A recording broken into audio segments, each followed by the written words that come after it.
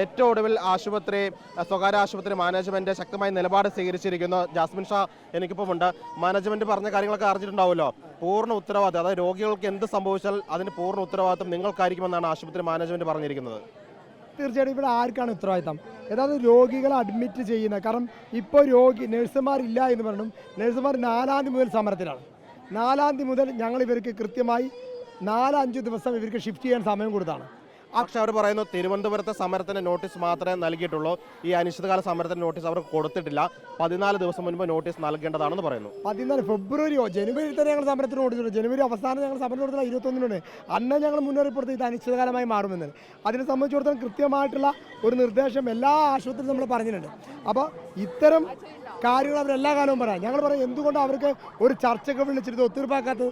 രോഗികളെ ജീവൻ വെച്ച് പറഞ്ഞാൽ ഞങ്ങൾ പറയുന്നു 24/7 ഏത് സമയത്ത് ചർച്ച കുറിച്ചാലും ഞങ്ങൾ തയ്യാറാണ്. ഈ പ്രശ്നം വരിക ഇപ്പോൾ നിങ്ങൾക്ക് അല്പം മുമ്പാണ് കേരളത്തിൽ തന്നെ ഒരു ചാരിറ്റി സ്ഥാപനമായ ബിലീവേഴ്സ് ഹോസ്പിറ്റലിൽ ഇപ്പോൾ കരാറൊപ്പിട്ടു.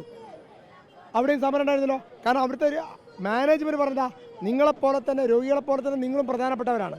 അതുകൊണ്ട് ഫാദർ സിജോ ചന്ദ്രനെ നേരിട്ട് വിളിച്ചുകൊണ്ട് അവിടെ സമരം അവസാനിപ്പിച്ചു. അപ്പോൾ ഏകദേശം ഞങ്ങളെ അറിവിൽ 400-നടുത്ത ആശുപത്രിയാണ് ഈ കരാർ ഒപ്പിട്ടത്. ഈ മിനിമം വേജസ് ഉറപ്പുവരുത്തേണ്ട ഉത്തരവാദിത്തം സർക്കാരാണ് ഉത്തരവിറക്കേണ്ടതെന്ന് മാനേജ്മെന്റ് പറയുന്നു. അങ്ങനെ 40,000 രൂപ ആക്കി കഴിഞ്ഞാൽ രോഗികളിൽ നിന്ന് കൂടുതൽ ഫീസ് വാങ്ങേണ്ടി വരുമെന്നും അവർ പറയുന്നു. ഞാൻ പറഞ്ഞത് 2018 അവസാനമായി ശമ്പള പരിഷ്കരണം വന്നത്. അതിനുശേഷം ഇത്രയും കാലമായിട്ട് 300% ചികിത്സാ ഫീസ് വർദ്ധിച്ചു. അത് നഴ്സുമാർക്ക് ശമ്പളം കൊടുത്തിട്ടാണോ? കാരണം ഇവരെല്ലാ കാലത്തും ഫീസ് വർദ്ധിപ്പിച്ചുകൊണ്ടേയിരിക്കുകയാണ്. ഒരു സാധാരണക്കാരന് ആശുപത്രിയിലേക്ക് എത്താൻ പറ്റാത്ത രീതിയിലുള്ള ഫീസ് വർധനയാണ് ഇപ്പോൾ ഉള്ളത്. ഇൻഷുറൻസ് ഇല്ലാത്ത ഒരാൾക്ക് ജീവിക്കാൻ അല്ലെങ്കിൽ ആശുപത്രിയിൽ പോകാൻ അങ്ങനെ പോയി കഴിഞ്ഞാൽ അവന് ജീവിതകാലം കടക്കാരനായി മാറുന്ന അവസ്ഥ.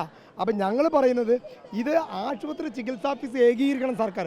ഇവർ പറഞ്ഞത് ശരിയാണ്. മിനിമം വേജസ് ഇറക്കേണ്ടവരാണ്, ആശുപത്രികൾ നിയന്ത്രിക്കേണ്ടവരാണ്, ചികിത്സാ ഫീസ് നിയന്ത്രണം കൊണ്ടുവരേണ്ടവരാണ്, ക്ലിനിക്കൽ എസ്റ്റാബ്ലിഷ്മെൻറ്റ് ബില്ല് പ്രാബല്യത്തിൽ കൊണ്ടുവരേണ്ട സർക്കാരാണ്. ഇതെല്ലാം സർക്കാരാണ്. അപ്പം എന്തുകൊണ്ട് ഇതൊന്നും സർക്കാർ ചെയ്യുന്നില്ല എന്ന് അവർ പറയുന്നതിനാണ് ഞങ്ങളും ചോദിക്കുന്നത്. അതായത് ആവേശപ്പുറത്ത് സമരം പാടില്ല, ഇങ്ങനെ സമരം തുടർന്നു കഴിഞ്ഞാൽ ആബ്സെന്റ് കണക്കാക്കി നിങ്ങളെ പറഞ്ഞുവിട്ട് പുതിയ ആളുകൾ എടുക്കുമെന്ന് മാനേജ്മെന്റ് ഒരു ഭീഷണി സ്വരത്തിൽ പറയുന്നുണ്ട്. 2013 അവർ ഈ ഭീഷണിപ്പെടുത്തിയില്ലേ, 2018 പെടുത്തില്ലേ, 2023 പെടുത്തില്ലേ? അപ്പോൾ ഈ നഴ്സുമാർക്ക് എന്താ നഷ്ടപ്പെടാവുന്നത്? ഒന്നും നഷ്ടമുണ്ടാകുന്ന അവർക്കാണ്. ഓരോ നഴ്സും ഇവർ കുറേ ആയാലോ പരസ്യം കൊടുക്കുന്നത്. 4-ാം തീയതി മുതൽ പരസ്യം കൊടുക്കണോ? ഏതെങ്കിലും നഴ്സ് വന്നോ? അങ്ങനെയൊന്നും ആശുപത്രിയെ പ്രവർത്തിപ്പിക്കാൻ സാധിക്കില്ല. നഴ്സുമാർ വരുന്ന നഴ്സുമാർക്ക് ഇപ്പോൾ BMH 2000 കൊടുക്കാനാണ്. ഞങ്ങൾ 1333 ചോദിച്ചു. അപ്പോൾ ഇവർക്ക് കൊടുക്കാൻ കഴിയാഞ്ഞിട്ടല്ല, അവർ ചികിത്സാ ഫീസ് വർദ്ധിപ്പിച്ചില്ലല്ലോ കൊടുക്കുന്നത്. BMH ഇന്ന് എടുത്തല്ലോ രണ്ടുപേരെ ദിവസവേതനത്തിന് 2000 രൂപ വെച്ചെടുത്തു. ഞങ്ങൾ 1333 രൂപ. അപ്പോൾ സമരത്തിന്, അതായത് ഇവിടെ വേണ്ടത് അസംഘടിതരായൊരു വിഭാഗം വേണം, ഇവർക്ക് ചൂഷണം ചെയ്യാൻ ഒരാകണം. അതാണ് ഞങ്ങൾക്ക് അംഗീകരിക്കാൻ സാധിക്കാത്തത്.